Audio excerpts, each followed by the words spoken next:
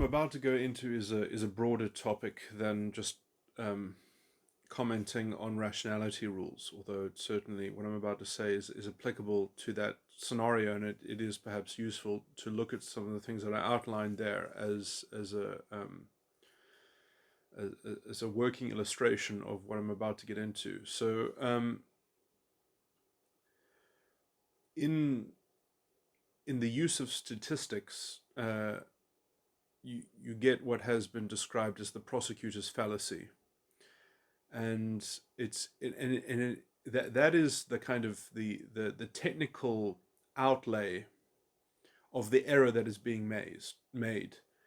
And then once you understand exactly how the prosecutor's fallacy sort of gets gets induced or gets laid down, or comes into effect,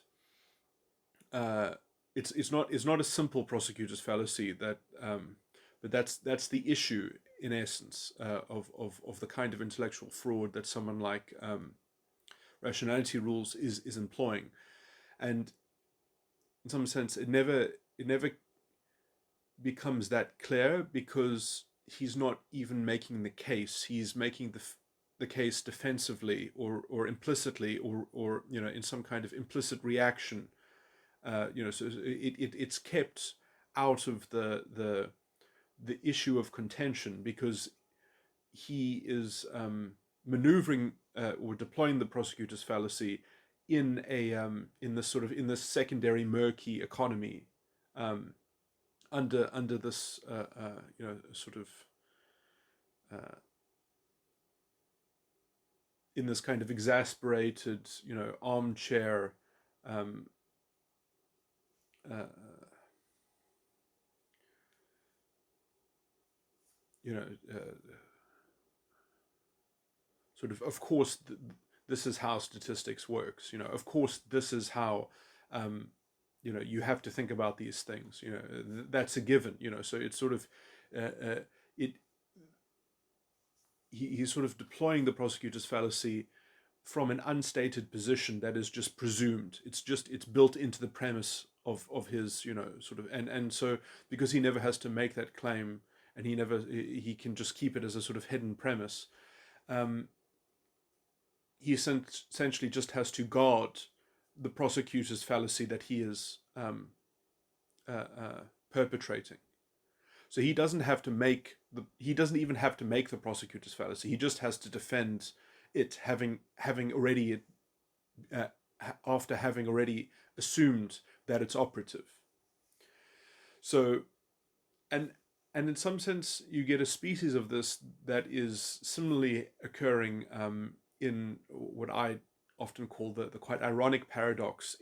For example, in the kind of moral thinking that goes around epistemic injustice, that they really have a very fine and proper understanding of the moral agent and epistemic agency, or at least the epistemic agency as a kernel to which you can actually have a robust moral framework, and a vibrant, functioning epistemology that essentially is a kind of pragmatic system, conceptual system.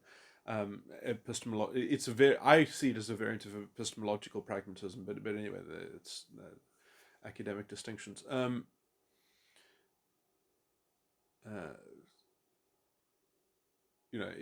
Which is the sense that the moral agent bootstraps itself by its by lending its credibility to the epistemological claims that it's underwriting, and that activity is the moral domain. So that behavior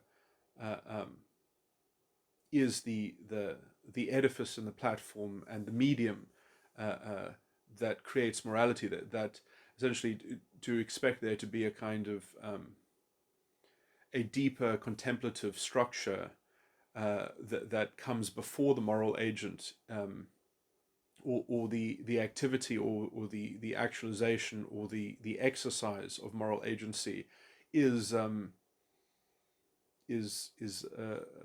useless thought experiment. It's fundamentally, even if it did exist, it would be some form of redundancy, and what would you be doing it for?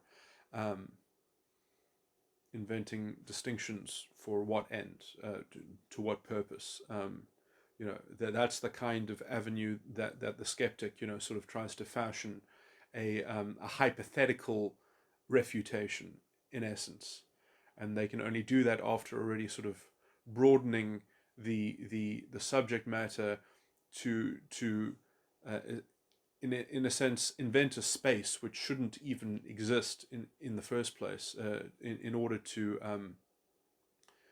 sort of bank on the inculcated confusion which is woven into their hypothetical contention, um,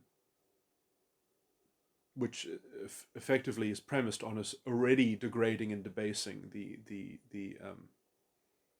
some substrate of the entire field, uh, by making it prone to some heuristic or some reduction or some like technical arbitrary division, um, which they haven't even bothered to positively motivate why such a distinction um, should be considered canonical, or relevant in any way.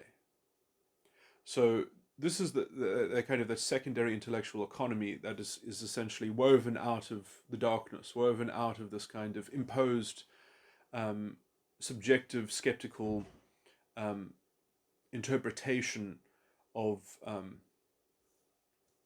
uh, uh, of essentially deciding to interpret something in such a way that it becomes nonsensical, but not essentially even having to ground your own interpretive schema in any way.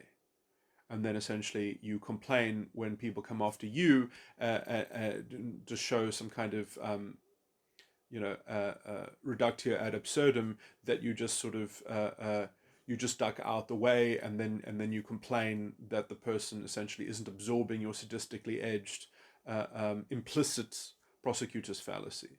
Um, so I mean, if you just look, if you just study, the kind of the prosecutor's fallacy, especially in a kind of statistical example of, even, it's called the prosecutor's fallacy because it was used in court by a prosecutor using statistics. And then you understand, if you can conceptually sort of get your head around that, then you've kind of got the kind of conceptual uh, trick that is being played. And then when you add to that the kind of to me it's a form of functional equivocation that Rationality Rules does, is that in some sense he doesn't, he is very careful not to flagrantly flout his own traps and tripwires and things like that. But it's just because essentially there's no good faith in any of his interpretive work. He thrills in essentially interpreting them in the least charitable way possible, within not even a consistent position. He doesn't digest what he's critiquing supposedly in a consistent position. He instead uses a myriad position of many faces, of many different possible interpretation, and even though he doesn't even consolidate them into like his position doesn't matter. It's not up. It's not part of the discussion. So we'll just go with your position. And you see, in this nebulous ground that he precedes the intellectual. This is how this game of intellectual fraud just continues ad nauseum. But anyway, so it's this type of intellectual fraud is extends far throughout academia. I mean, this is how identity politics sort of makes its hay. This is how, you know, the epistemological injustice, sort of social justice bandwagon, camp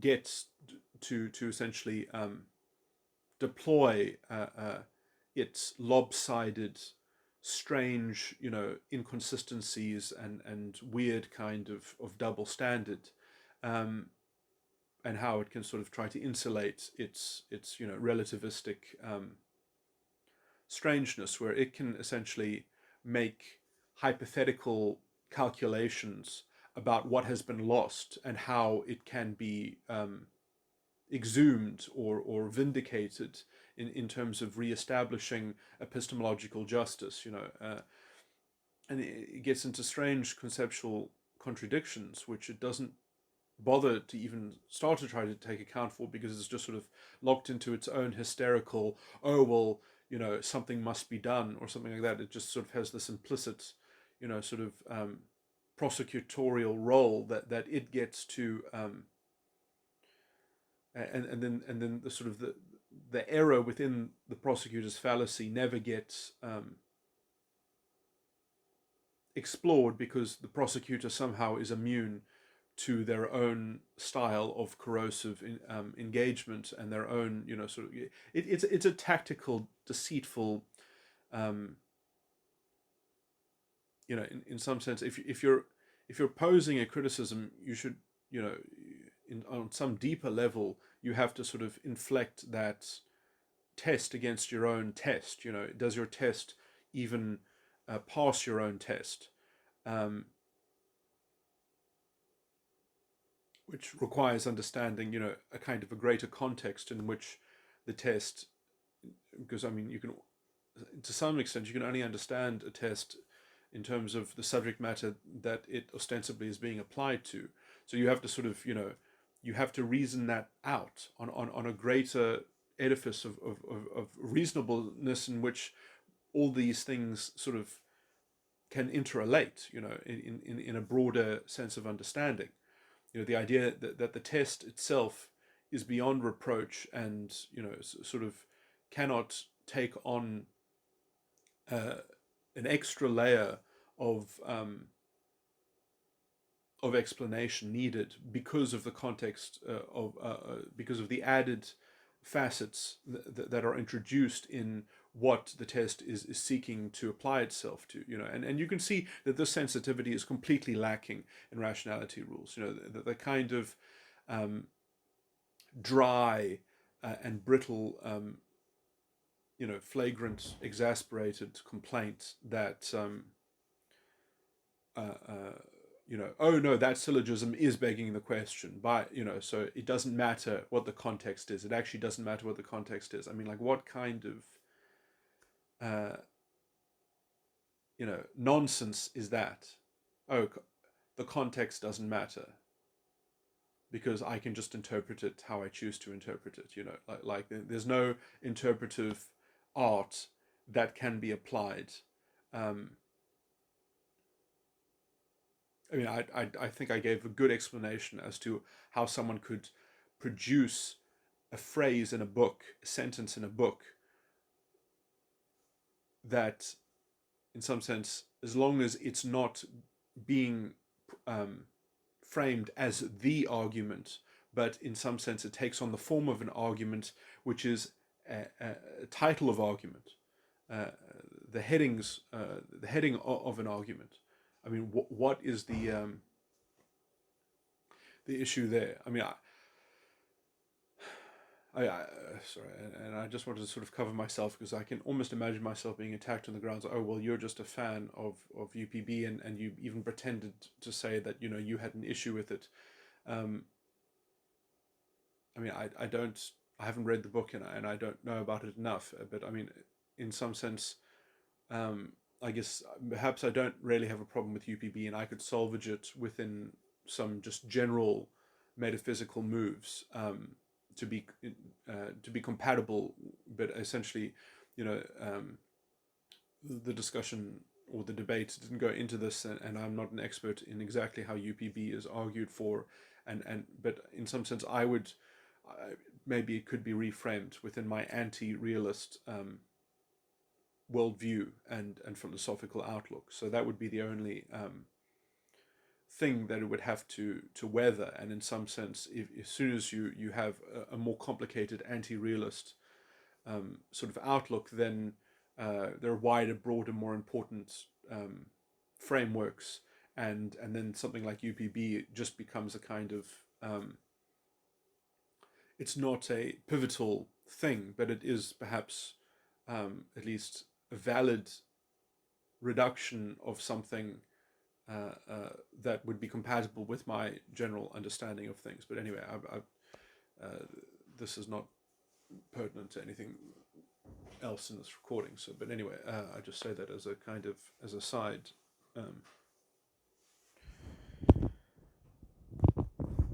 Okay. Yeah. The reason why I wanted to make this recording is just to sort of, because I think that this is an important point about intellectualism in general. And that point is linked up to, you know, this thread of brittle intellectualism that usually allows for specialization to occur within academia, and the controversy to continue to rage, and no resolution to ever come, as this, you know, this kind of this collective Tower of Babel, and its various, you know, sub cults and schools of thinking, and how they can sort of preserve their ongoing secondary economies, and how they can all be accommodated within, you know, this sort of overarching, because they all generally use the same tactic, and essentially the only thing that they have to sort of justify it is that the culture burdens it. It sort of they slot in. They seem to have a functional purpose. You know, it's a good enough, you know, kind of. You know, they're kind of like the residue that sort of weighs down intellectual culture, that sort of gives it its sense of continuity, that sort of, it just slows things down to the extent to which that, you know, it just sort of creates this sort of middling average mediocrity that kind of hangs on to itself, even though it's not even capable of understanding what it has, because it can only really keep on defining itself by finding scapegoats to sort of make to generate distinctions from, to be in contradistinction to the things that they disagree with. So, you know, they have to find some source of fuel to consume in order to keep their corrosive edge and their internal distinctions alive. You know, so they need to be in some kind of consistent antagonism in order just to keep themselves defined, because they can only define themselves by essentially what they collectively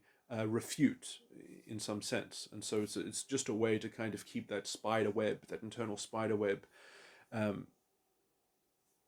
sort of structured and framed, using essentially hanging it on other people's positive substantive contributions, while they hide the substantive claims that allow them to feel some sense of superiority.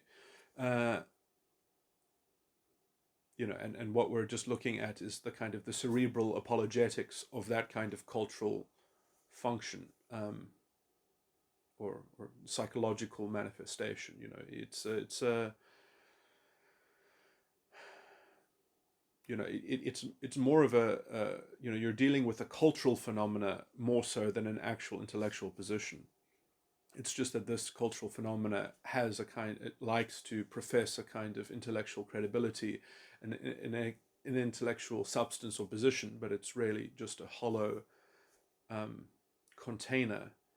You know, and it has many analogies, it has many analogues, it has many other people that are essentially doing the same thing, just with slightly different subject matter, with slightly different sacred cows, with slightly different ways of formulating their blind faith, or disguising it rather, having it camouflaged into the intellectual background as this invisible matrix which is projected on the veiled truth or extracted from the veiled truth, is the sort of this unspoken agreement between the village atheists, as it were.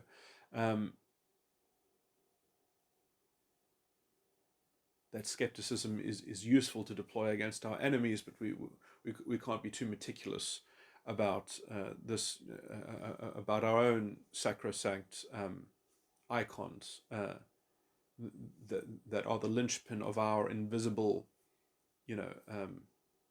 authority or intellectual superiority, or tokens of our mastery. And it doesn't really work unless you can just keep on making this weird sort of fudged appeal to authority. In some sense, that's essentially what the culture facilitates, is that we have the power to fudge our appeal to authority and other people do not. And other people must take on the slings and arrows of anything that we can, of any aspersion that we might describe. And if they ever point to the fact that we're playing a kind of long game, a kind of subversive, overarching, sort of strategy, then we look like we're stronger because we group together and because we make many iterative claims, and they're just making one claim against us. They're trying to totally refute us, whereas we've got 10 distinctly different minor refutations and technical points that show their inconsistency.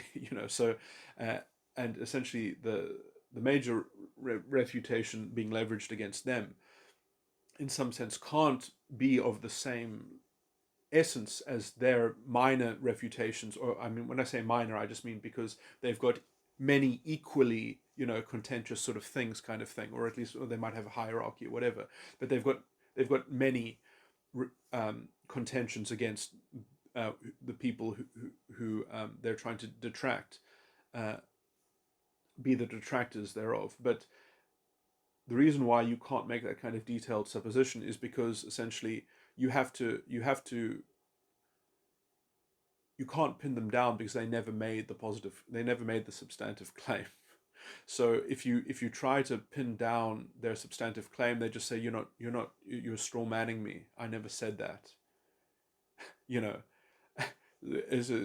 So they'll just say no. Your reduction of what I'm implying is the wrong reduction, and they won't actually ever complete their own thinking, as it were.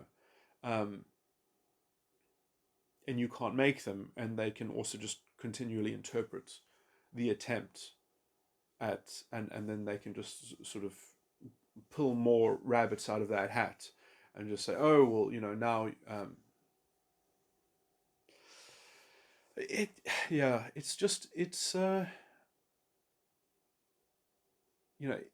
it's you'd expect that when people were 4 years old that they developed some emotional maturity to sort of to not get locked into that kind of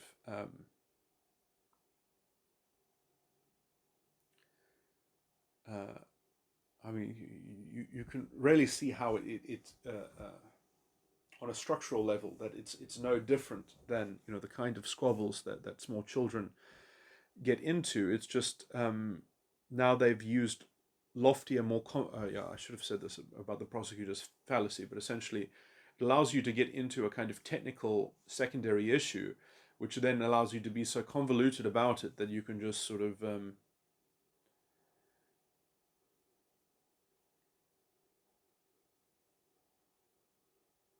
I guess it'll be argued that I'm doing some variant of that in some sense, because in some sense I don't very pristinely go over the argument and say exactly what was being implied and exactly how it falls short, But in some sense, I mean, I'm doing an outline. I'm not doing a detailed refutation of the subject matter, and in some sense that does make me slightly invulnerable.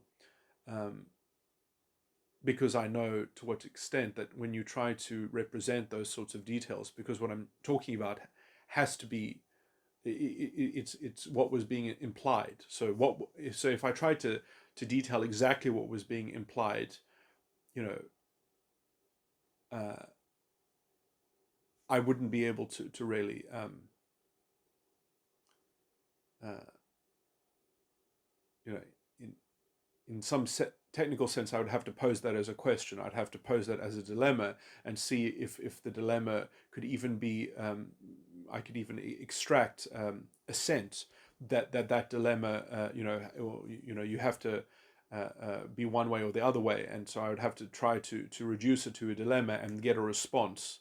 So I'd have to try to pin it into a concretized substantive claim from the other side so that I could actually proceed with my other arguments. So, and because I can't do that, and because also, I mean, I wonder if, but essentially that is the vagueness which is injected into it. That's what I call the intellectual fraud. Is that the fact that isn't even volunteered by rationality rules to begin with. That isn't even, he's not even sensitive to that, and in some sense, his whole form of operating intellectually is to just continually make that same move, is just to continually do that same tactic, essentially, that meta tactic in which you've got this kind of the implication of a prosecutor's fallacy, which is sort of being measured against the kind of the accusation that the other person is falling foul of the kind of the simple statistical, sort of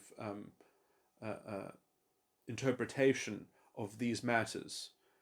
I'm using that as an analogy, but yeah, I mean,